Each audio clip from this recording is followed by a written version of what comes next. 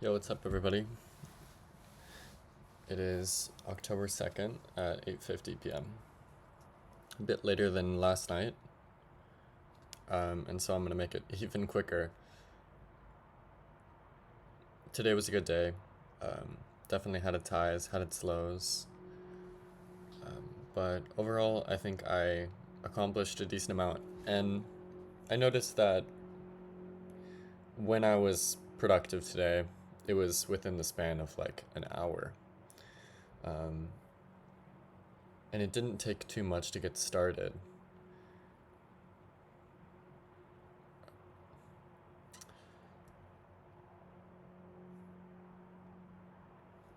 Yeah, I've been thinking of ways that I can format these.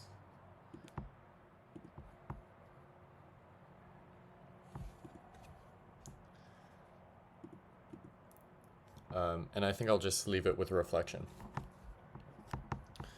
So I'm not actually sharing what I could be sharing right now. But basically, what I wrote down is, when you are stressed out or you are in your head worrying about something, it is always best to return to your immediate situation and focus on the actual situation, not what your interpretation of this situation is, or what the situation implies about your future, or what the situation implies about your quality of life, or your value, or your ability to do things.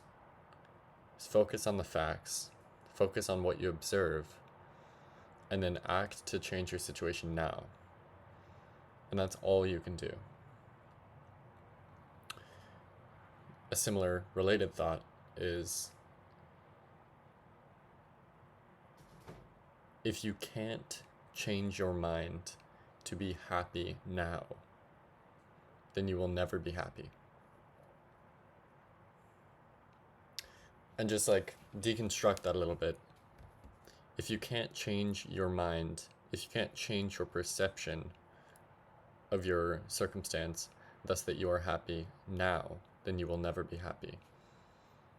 Because when other than now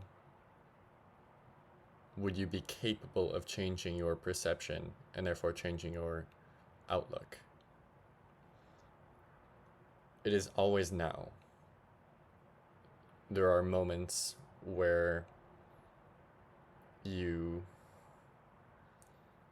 make the right decisions and end up happier because of it. And then there are moments where you make the wrong decisions. And maybe happiness isn't the right word. Maybe peace is a better word. Contentment. Because you're going to experience negative emotion regardless. It's more so the important part is whether or not it bothers you. Right?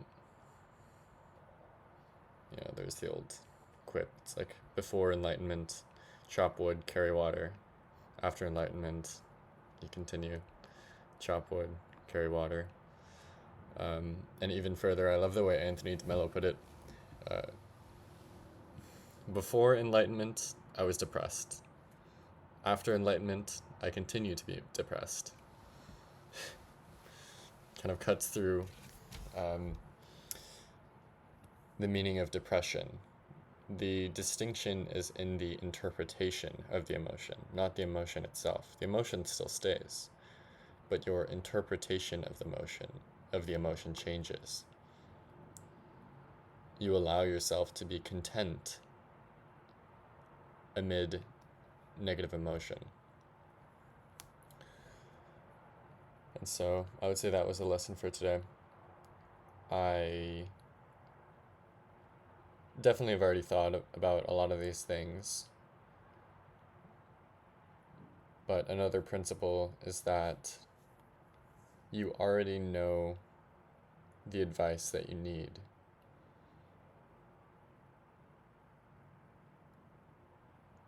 And therefore, you need to hear it again.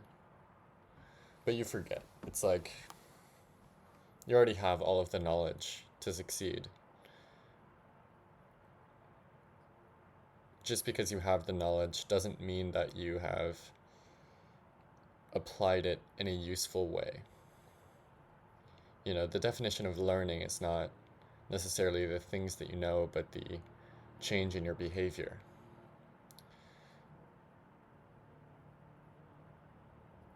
You know, if you've studied monks for decades and you know everything they do and why they do it, and like you know intellectually why they're so happy and why they can, you know, exist in this semi-perpetual peaceful state, which is probably not true, but you yourself are still, you know, agitated all the time, then clearly you've learned nothing. It doesn't matter what you know, it's how your behavior has changed. Yeah, I'm ranting at this point, but I started to read some Ryan Holiday, just reading his original book, The Obstacle is the Way. And I think that's a good starting point. Yeah, alright. That is it. It is 8:56. I'm going to go to bed. Bright and early, like a good boy. Good night. Which mic am I using? Good. Amen. God bless.